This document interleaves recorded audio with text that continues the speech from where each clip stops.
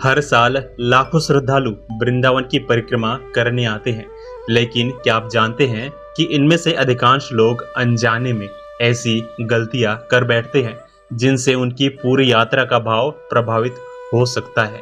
कुछ लोग परिक्रमा शुरू करने से पहले ही ऐसी भूल कर देते हैं जो ब्रज की परंपरा के अनुसार उचित नहीं मानी जाती।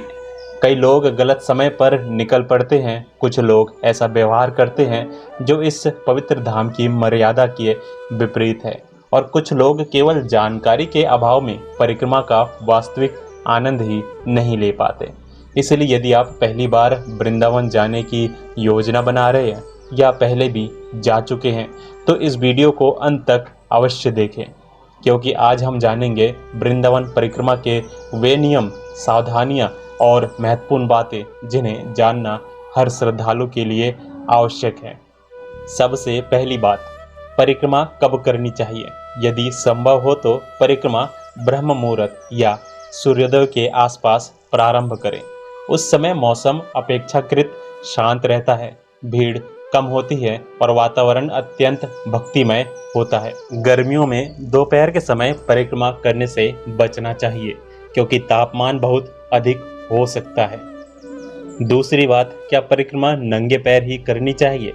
ब्रज की परंपरा में श्रद्धालु नंगे पैर परिक्रमा करना पसंद करते हैं। इसे ब्रजरज के प्रति सम्मान और समर्पण का प्रतीक माना जाता है। लेकिन यदि किसी को स्वास्थ्य संबंधी समस्या हो, पैरों में चोट हो या अत्यधिक गर्मी हो तो अपनी सुरक्षा को प्राथमिकता देना भी उचित है। श्रद्धा का संबंध केवल बाहरी नियमों से नहीं बल्कि हृदय की भावना से है। तीसरी और सबसे बड़ी गलती, परिक्रमा को पिकनिक या पर्यटन समझ लेना। याद रखिए, वृंदावन केवल घूमने की जगह नहीं बल्कि करोड़ों लोगों की आस्था का केंद्र है। इसलिए ऊंची आवाज में हंसी मजाक, तेज संगीत, अनुचित व्यवहार या दूसरों की श्रद्धा में बाधा डालने से बचना चाहिए। चौथी बात, परिक्रमा के दौरान मोबाइल का सीमित उपयोग करें। फोटो और वीडियो बनाना गलत नहीं है, लेकिन यदि पूरी यात्रा केवल कैमरे के पीछे ही बीत जाए तो परिक्रमा का वास्तविक उद्देश्य कहीं पीछे छूट जाता है।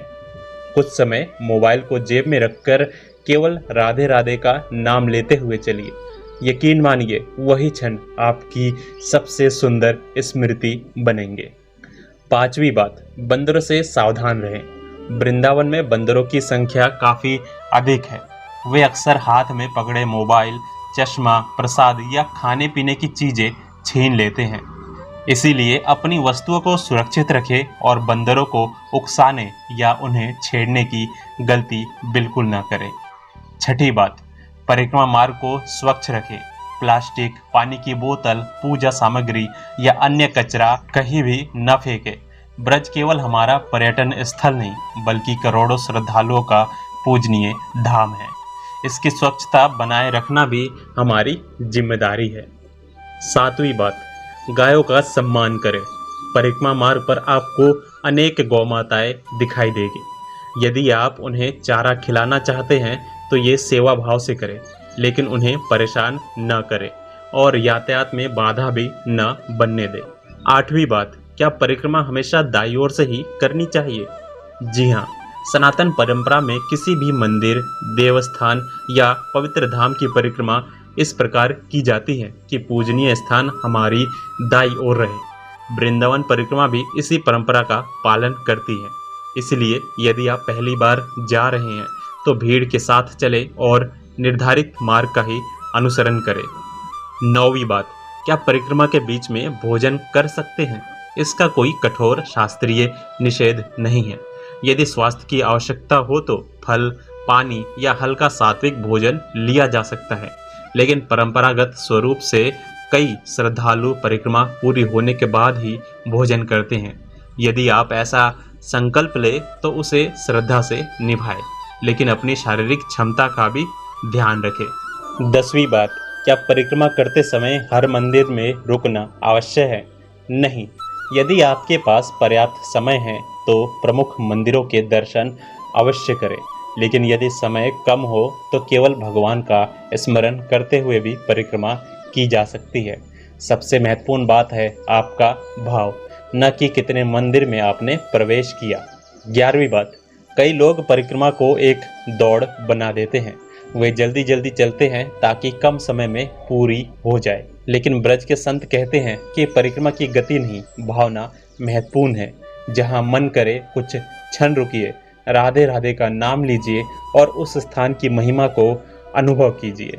12वीं बात, परिक्रमा के दौरान दान पुण्य अवश्य करें, लेकिन विवेक के साथ। यदि आप गौशाला, किसी विश्वसनीय मंदिर, अन्य क्षेत्र या सेवा कार्य में योगदान देना चाहते हैं तो ये उत्तम है, लेकिन भावनाओं में बहकर हर जगह धन देना आवश्यक नहीं है।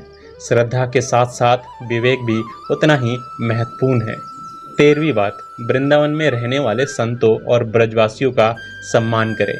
यदि कोई साधु कथा सुना रहा हो, कोई भजन गा रहा हो या कोई वृद्ध ब्रजवासी मार्ग बता रहा हो तो उनसे विनम्रता से व्यवहार करें। ब्रज की संस्कृति का सबसे बड़ा आभूषण ही विनम्रता है। 14वीं बात, परिक्रमा के दौरान तेज आवाज में गाने बजाना, स्पीकर चलाना या ऊंची आवाज में बातचीत करना उचित नहीं माना जाता। यदि आप भजन सुनना चाहते हैं तो धीमी आवाज में सुने या स्वयं नाम जप करें।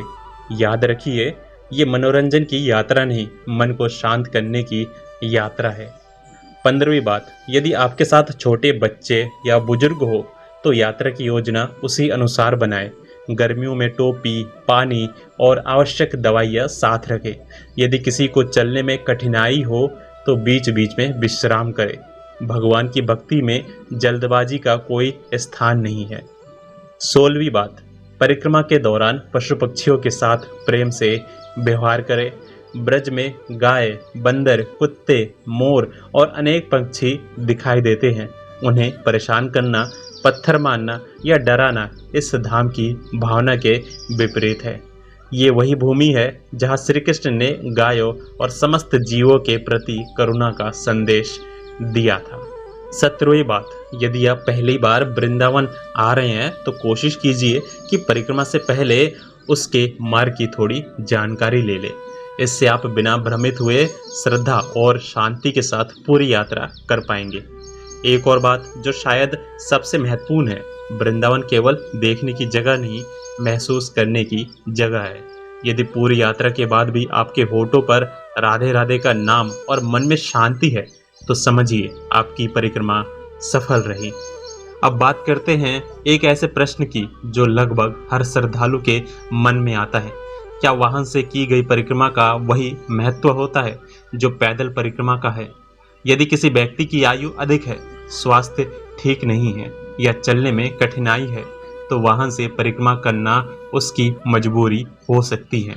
भगवान भावना के भूखे हैं, लेकिन यदि शरीर पूरी तरह सक्षम है तो परंपरागत रूप से पैदल परिक्रमा को अधिक श्रेष्ठ माना गया है, क्योंकि इसमें श्रम, समर्पण और धैर्य तीनों का समावेश होता है।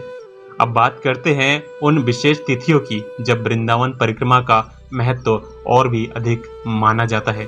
कार्तिक मास, विशेषकर शरद पूर्णिमा से लेकर देवस्थान एकादशी तक का समय अत्यंत पवित्र माना जाता है। इसके अलावा एकादशी, पूर्णिमा, अमावस्या, श्री कृष्ण जन्माष्टमी, राधाष्टमी और बसंत पंचमी जैसे अवसरों पर भी बड़ी संख्या में श्रद्धालु परिक्रमा करने आते हैं। हालांकि यदि आपके मन में सच्ची श्रद्धा हो तो वर्ष का हर दिन भगवान का ही दिन है।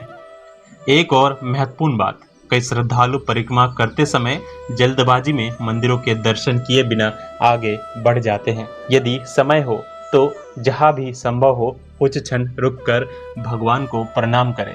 हर मंदिर में लंबा समय बिताना आवश्यक नहीं, लेकिन श्रद्धा से किया गया एक प्रणाम भी यात्रा को सार्थक बना देता है।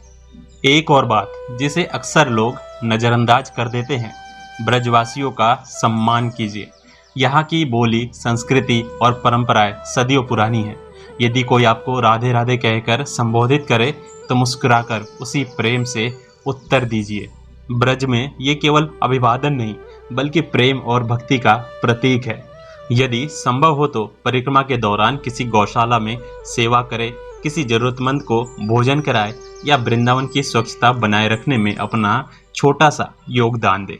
याद रखिए, केवल दर्शन करना ही भक्ति नहीं है, सेवा भी भक्ति का महत्वपूर्ण रूप है। और सबसे आखिरी बात, वृंदावन से केवल प्रसाद, तस्वीरें या यादगार वस्तु लेकर मत लौटिए। यदि कुछ साथ लेकर जाना है तो राधे राधे का नाम, ब्रज की विनम्रता और श्री कृष्ण की भक्ति लेकर जाइए, क्योंकि यही वो धन है जो जीवन भर आपके साथ रहेगा। कहा जाता है कि वृंदावन आने वाला हर व्यक्ति लौट तो जाता है, लेकिन उसका मन कभी वापस नहीं आता। वो कहीं न कहीं ब्रज की गलियों, यमुना के तट, मंदिरों की घंटियों और राधे राधे की मधुर पुकार में बस जाता है। इसलिए जब भी आप वृंदावन की परिक्रमा करें, उसे केवल एक यात्रा मत समझिए। हर कदम पर ये अनुभव कीजिए कि आप उस पवित्र भूमि पर चल रहे हैं जहाँ कभी स्वयं श्री राधा और श्री कृष्ण ने अपने चरण रखे थे।